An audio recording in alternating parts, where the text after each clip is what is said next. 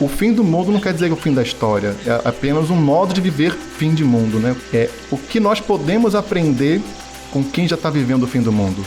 Então, a ideia é trazer essas narrativas do fim do mundo não como narrativa de desesperança, de inação, mas uma narrativa de esperança.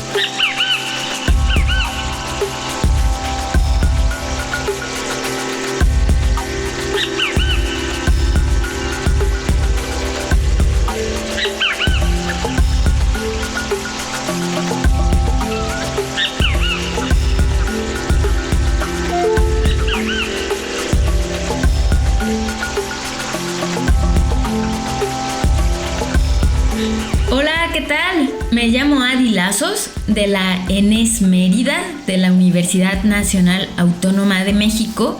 Les saludo desde Yucatán y les doy la bienvenida a un nuevo episodio de Paisaje Vivo, el podcast donde exploramos temas y casos de la historia ambiental latinoamericana desde las voces de investigadoras e investigadores y sus paisajes sonoros. Hoy tenemos el placer de conversar con Bruno Capilé, de la Universidad de Vale do Rio Doce, que se encuentra en Governador Valadares, en Brasil. Estaremos hablando en portugués sobre historia ambiental de ríos. E aí, Bruno, tudo bem? Como você está? Oi, Adi, tudo bom? Eu estou muito bem, muito bom estar aqui com vocês. Que bom que está falando em português. Então, eu tentarei falar bem devagar para os nossos espectadores hispanohablantes compreenderem. Muito obrigada, Bruno. Conte-nos um pouco de como foi a tua chegada na história ambiental. Para mim, foi desde a biologia. Eu sou biólogo e tenho uma história de incômodo pela biologia, pois na biologia não tinha gente. Me incomodava muito que não tinha gente.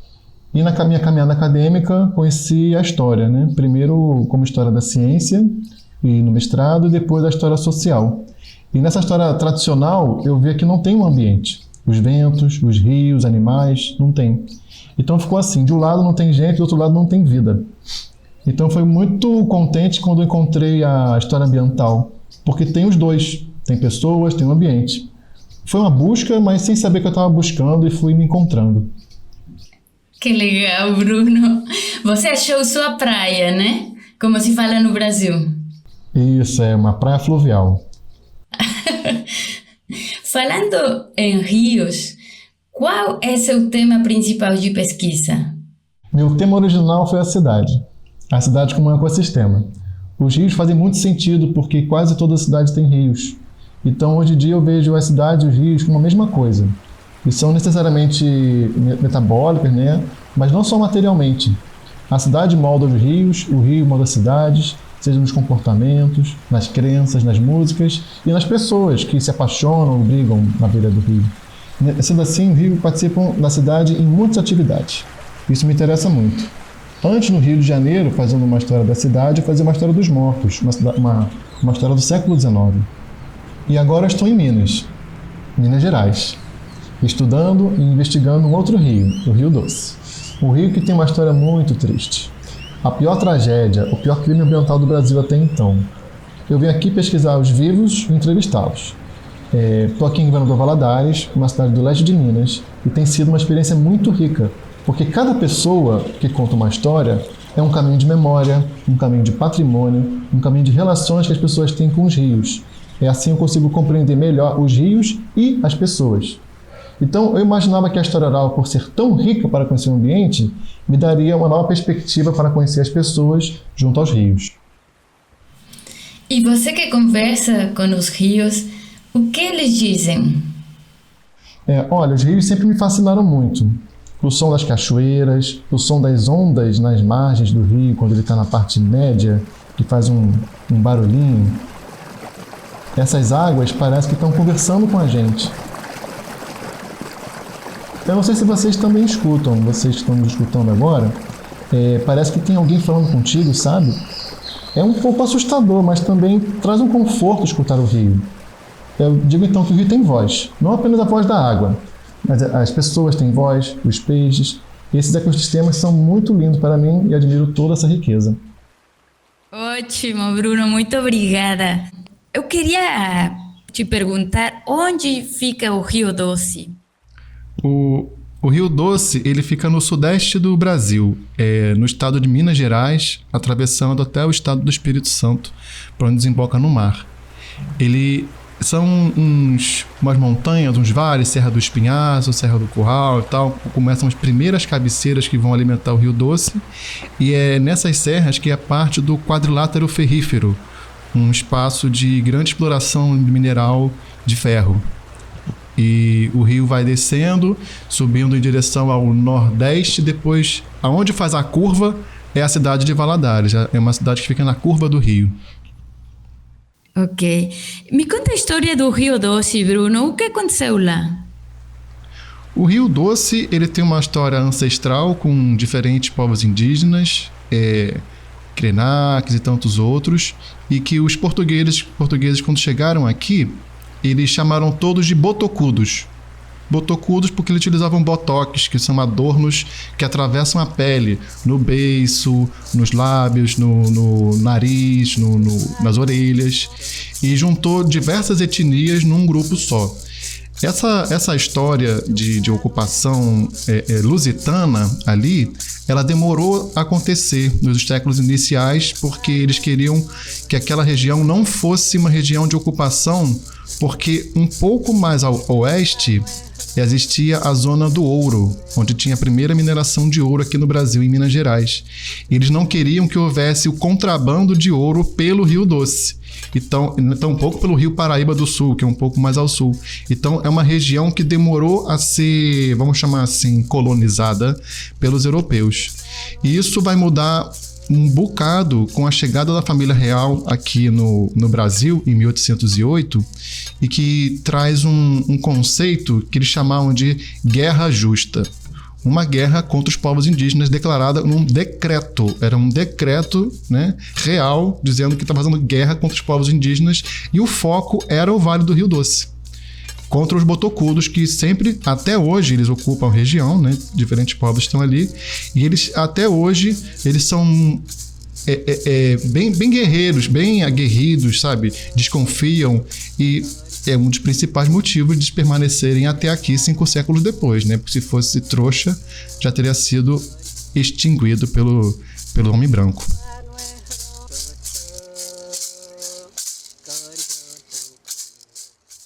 No século XIX, no final do século XIX, com o início da ideia de progresso, essa ideologia do progresso em relação a ocupar os rios, esse rio começou a ter o vale todo começou a ter uma importância econômica que começou a ter um interesse regional, vamos chamar assim, né, pelo estado de Minas ou pelo governo nacional, no início do século XX, especialmente na década de 30 e 40, quando num cenário político internacional, com o nazifascismo, com a Segunda Guerra Mundial e os interesses de fornecimento de matéria-prima para os elementos da guerra, especialmente a malacacheta, que é um mineral utilizado em circuitos, na confecção de tecnologia submarina e tudo mais.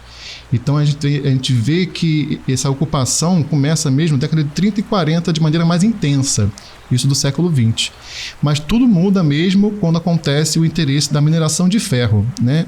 Aqui na região é uma das principais regiões produtoras de mineração de ferro do planeta. Então isso começa na década de 30 e 40 com a criação de uma companhia estatal de exploração, que é a Vale do Rio Doce, que hoje em dia é uma companhia privatizada, uma multinacional, com capital aberto e tudo mais. Então, tudo isso muda e esse cenário muda, mas é uma série de fronteiras que vão sendo trabalhadas ali. É a mineração, é a expansão agrícola, são as madeireiras, diversas fronteiras que vão transformando esse ambiente e que trazem um pouco de uma história de degradação. Se a gente perceber essa história ambiental tradicional, catastrofista, né, declensionist, é um prato cheio para a gente compreender esse século XX de matamento da Mata Atlântica, erosão, assoreamento. Temos essa história do Rio Doce até hoje, mas é um pouco mais complexo, especialmente depois de 2015. Nossa, Bruno, o Brasil sempre tem umas histórias com umas dimensões enormes. Até é difícil de imaginar. Então, eu queria saber mais um pouco sobre essa catástrofe que aconteceu no Rio Doce em 2015, se não me engano. Essa catástrofe tem tudo a ver com a exploração capitalista, né, onde o lucro está acima da vida, e a exportação de ferro. No cenário global, a gente vê o interesse pelo minério de ferro. É um minério chamado Itabirito, da região do quadrilátero ferrífero, e ele tem uma pouca quantidade de ferro, uma pureza que não é muito interessante. Então eles precisam trabalhar esse minério de ferro utilizando diversos procedimentos químicos, com químicos altamente cancerígenos, como heteramina, num processo chamado separação catiônica. Para quem lembra das aulas de química, cátion, uma molécula carregada positivamente, né? Então, nessa separação catiônica, o minério fica mais puro, só que tem um revés disso. Sempre tem um revés de uma atividade econômica, né? É que todo esse lixo, né? Esse rejeito de mineração, ele precisa ter um direcionamento. Ele precisa ter um trabalho, depois uma continuidade desse ciclo material. E o que tradicionalmente tem sido feito e aceito pelo poder público, que está associado ao grande capital, é apenas uma barragem, um embalse. E nisso, muitas barragens foram feitas e começaram a explorar ao longo, eu acredito que da década de 80, 90, uma solução chamada barragem a montante, que é uma barragem que vai sempre colocando mais coisa em cima e elevando vamos chamar assim, o muro da barragem, o que torna ela vulnerável cada vez mais ao longo do tempo, pois a sua base não muda, vai só subindo e subindo e subindo. E foi essa barragem que rompeu em 5 de novembro de 2015, a barragem do Fundão, lá na região de Mariana, leste de Belo Horizonte, que é a capital do estado. E nisso foi 44 milhões de metros cúbicos de rejeitos liberados. Assim, do ponto de vista imediato de morte, tivemos 19 pessoas mortas em 2015. É uma tragédia, é ruim, mas se a gente perceber isso ao longo do tempo, o que esse metal pesado, esse cádmio, esse arsênico, esse mercúrio, ao longo dos anos, né, esses 44 milhões de metros cúbicos, o que isso vai significar em relação à qualidade de vida, em relação a mortes futuras? Isso é necessário muitos estudos que não estão sendo feitos. Com o desastre de uma decisão judicial, a Vale do Rio Doce, junto com a BHP Holdings e a empresa relacionada com isso, que era a Samarco, que é uma joint da Vale com a BHP, criaram a Fundação Renova. A Fundação Renova, a ideia de uma fundação com 20 bilhões de reais para resolver uma reparação ambiental, uma reparação social, uma reparação histórica. A ideia de ter isso, a gente pensa, caramba, que revolucionário, agora o Brasil conseguiu transformar. Mas, na realidade, a Fundação Renova é uma fundação que está diretamente ligada à Vale. Então, o que eles têm feito hoje em dia é cada vez mais fugir dos compromissos da reparação, vão reparando, mas sempre dando um jeito, com valores menores, e ao mesmo tempo trabalhando fortemente numa ideia de greenwashing, né, de uma fachada verde, de estar sempre limpando essa imagem. Não, agora o Vale tem muitos projetos de reflorestamento, só que nenhum deles tem acompanhamento para ver se o boi está pisando. Agora, enfim, uma série de manchetes, uma série de narrativas que vão apagando de pouco em pouco a história de destruição. O que acontece aqui no Vale hoje em dia, né, é que a quase totalidade das pessoas não acredita nessa história. Só que quem está fora do Vale, quem está fora da memória, né, não somente da história, mas da memória vivida, as pessoas vão ver somente a propaganda da Renova.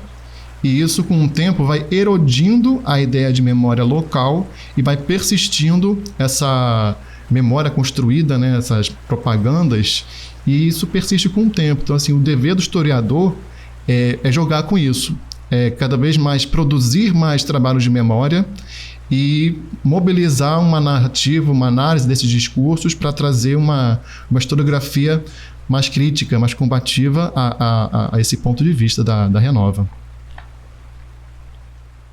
Então, Bruno, estou entendendo que você está trabalhando com essas narrativas alternativas, né, para uma catástrofe dessa magnitude.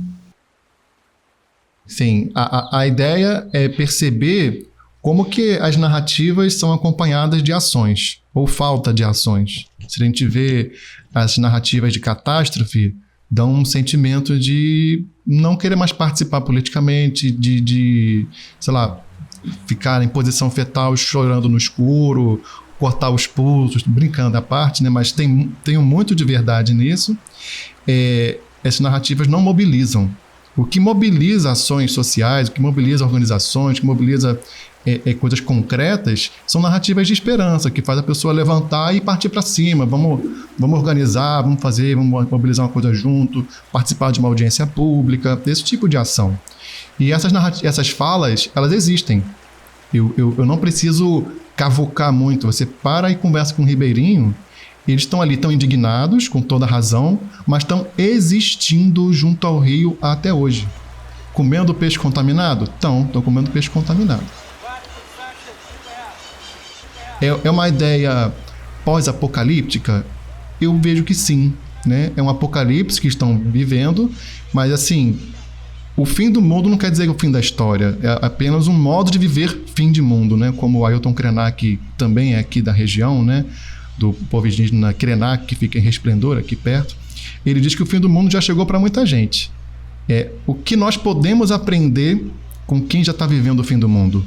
Então, a ideia é trazer essas narrativas do fim do mundo, não como narrativas de desesperança, de inação, mas uma narrativa de esperança. Então, continuar existindo. Existir com metal pesado? Infelizmente mas existindo com metal pesado, fazendo campeonato de surf fluvial, fazendo, campeonato de pesca, organizando, mobilizando rituais eclesiásticos que a gente organiza todo ano, 5 de novembro, junto à margem do rio, sempre num bairro diferente. Esse evento a gente chama de Seminário Integrado do Rio Doce. Ele já vai acontecer agora a sua 8ª versão, sempre no dia 5 de novembro, em homenagem, né, ao sofrimento causado pelo desastre-crime da Lama da Samarco. Bruno, qual é a paisagem sonora que está acompanhando essa nova etapa do Rio Doce, agora do fim do mundo? Olha, eu não sei como é que era antes, né? Eu não conhecia o Rio Doce antes. Mas, assim, é interessante ver, como eu mostrei na tese que eu escrevi, Rios do Rio de Janeiro, que um rio tem muitas paisagens, né? O mesmo rio você pode escutar lá da parte alta do rio, as cachoeiras, ou então mais em cima, na nascente, um murmurinho, sabe? Um barulhinho bem suave das águas saindo debaixo do solo, até as cachoeiras descendo. E aqui em Governador Valadares, que é o médio curso do Rio Doce, a gente vê um som que não tem tampouco uma paisagem homogênea, né? Aqui, por exemplo, consigo lembrar agora de cabeça 3 partes que são, eles chamam de cachoeira, mas não são cachoeiras, são como se fossem corredeiras. São afloramentos rochosos, e quando a água bate ali, é uma barulheira fantástica. É tão fantástico que tem uma região, tem um bairro aqui, um bairro até meio turístico, meio classe média alta, chamado Ilha dos Araújos. É uma ilha fluvial. E tem um trecho ali perto de um clube chamado Garfo Clube, em que todos os domingos e sábados fica uma fila de carro, pessoas param ali, é uma paisagem visual bonita e uma sonzeira, um som muito gostoso da água passando nas corredeiras. E ao mesmo tempo, se a gente volta um pouquinho subindo o rio, nessa mesma região ali da Ilha dos Araújos, e tem uma região ali que aluga um caiaque para remar, e eu já remei algumas vezes ali com o Paulo Guido. O Paulo Guido é um surfista fluvial e ele aluga os caiaques nos finais de semana. E ali é um remanso que quase não tem pedras e rochas, e é um outro som. É um som que destaca mais as aves, o som do vento batendo nas árvores, que em português acho que é farfalhar, tem uns verbos bonitos, né, para barulhos. E então tem uma diversidade muito grande de paisagens sonoras, e o interessante também é que nessa interação humano e seu ambiente fluvial, as paisagens se complexificam. A gente vai ter, por exemplo, em alguns bairros em que um bar, um botequim, está à margem do rio, e as pessoas chegam, colocam o seu carro de som e botam uma Marília Mendonça, botam uma sofrência ali. Sofrência é um estilo musical romântico que as pessoas sofrem, né?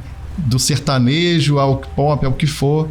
Se está sofrendo, é sofrência. A América Latina toda sabe o que eu estou falando.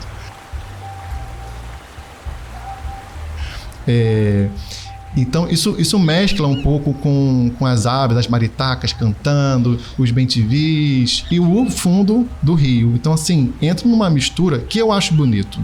Eu acho uma mistura muito bonita de paisagem sonora aqui, né? Pela diversidade nas camadas de sons de um mesmo local, ou a diversidade espacial, dependendo do bairro, dependendo da região do rio. Tem muita coisa boa de se escutar aqui.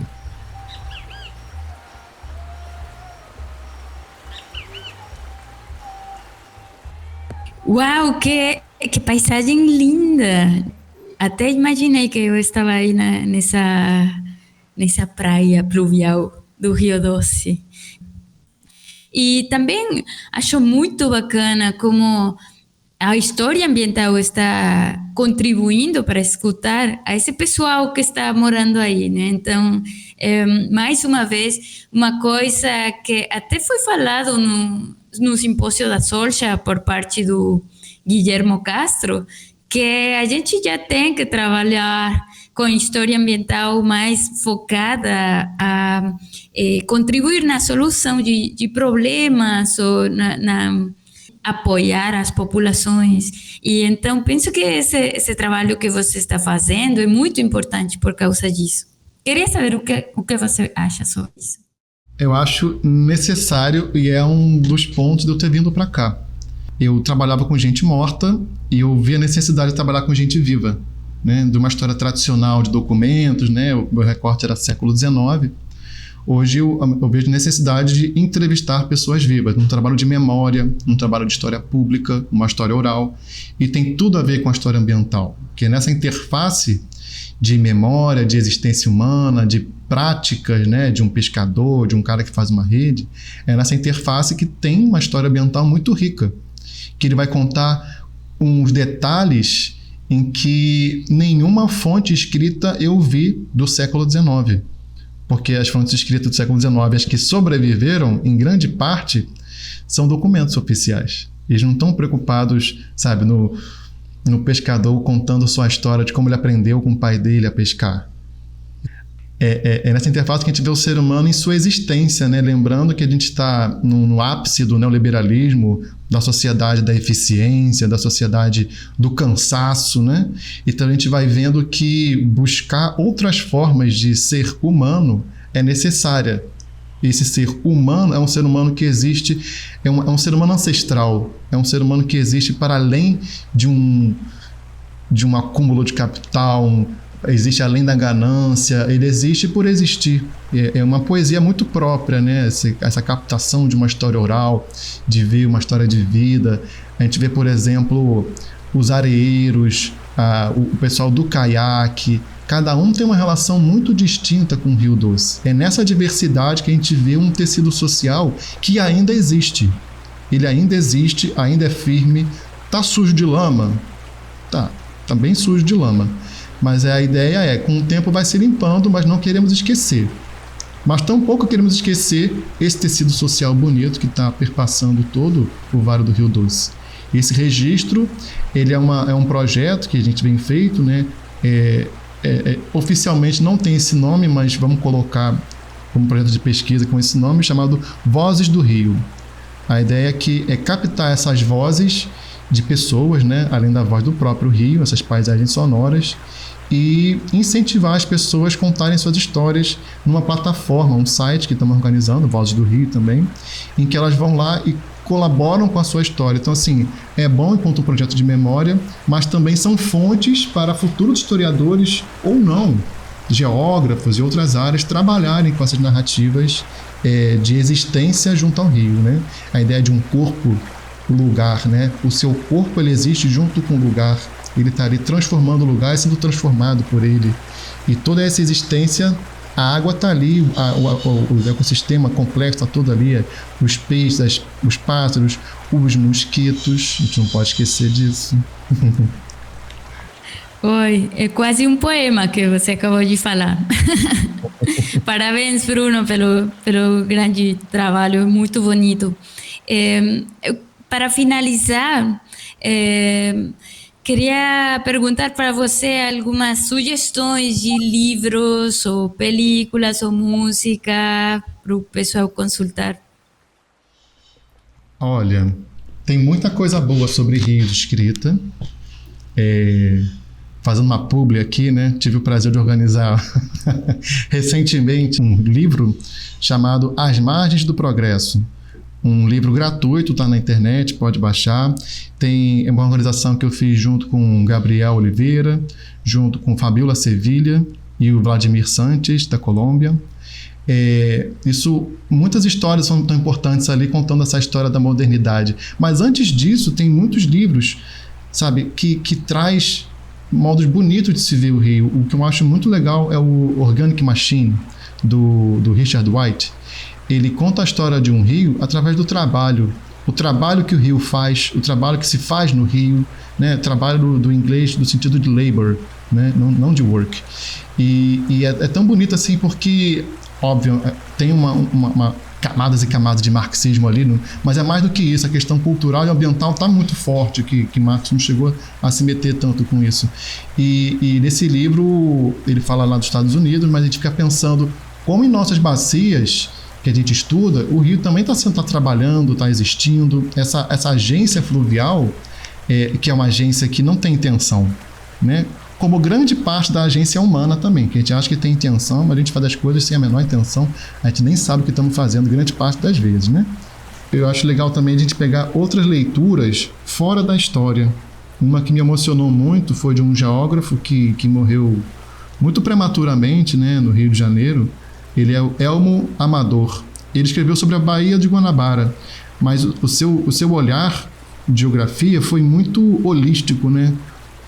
Fazendo o que a história ambiental vem feito há décadas. Ele escreveu anos 80, se não me engano, e trouxe com muito sucesso uma possibilidade de interface entre história ambiental e geografia, que infelizmente se perdeu com a morte dele, né? As pessoas, a própria Lise Cedrez, que me orientou, leu muito, né? Muitos leram muito, e tem muito a ganhar sobre a Baía de Guanabara, que na real estava falando sobre rios também, sobre as bacias. No fundo, sempre faz mais sentido falar sobre rios, né? Rios é a base de uma existência material humana. Não toda, né? Tem gente que mora em deserto, mas grande parte.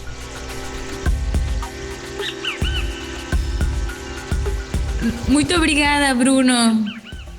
Eu agradeço muito, Adi, e espero que o pessoal goste da nossa fala, e deixo aqui o convite para quem quiser conhecer o Rio Doce, quem quiser conhecer Valadares, suas paisagens sonoras, venha para cá, vamos dar um passeio, vamos vir na beira do rio, vamos andar, pedalar, vamos inclusive botar o pé na água para remar também, e tomar uma cervejinha no final do dia, que ninguém é de ferro, né?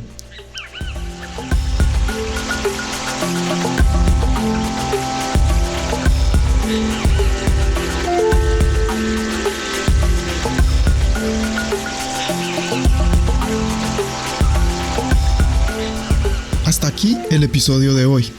Esto es Paisaje Vivo.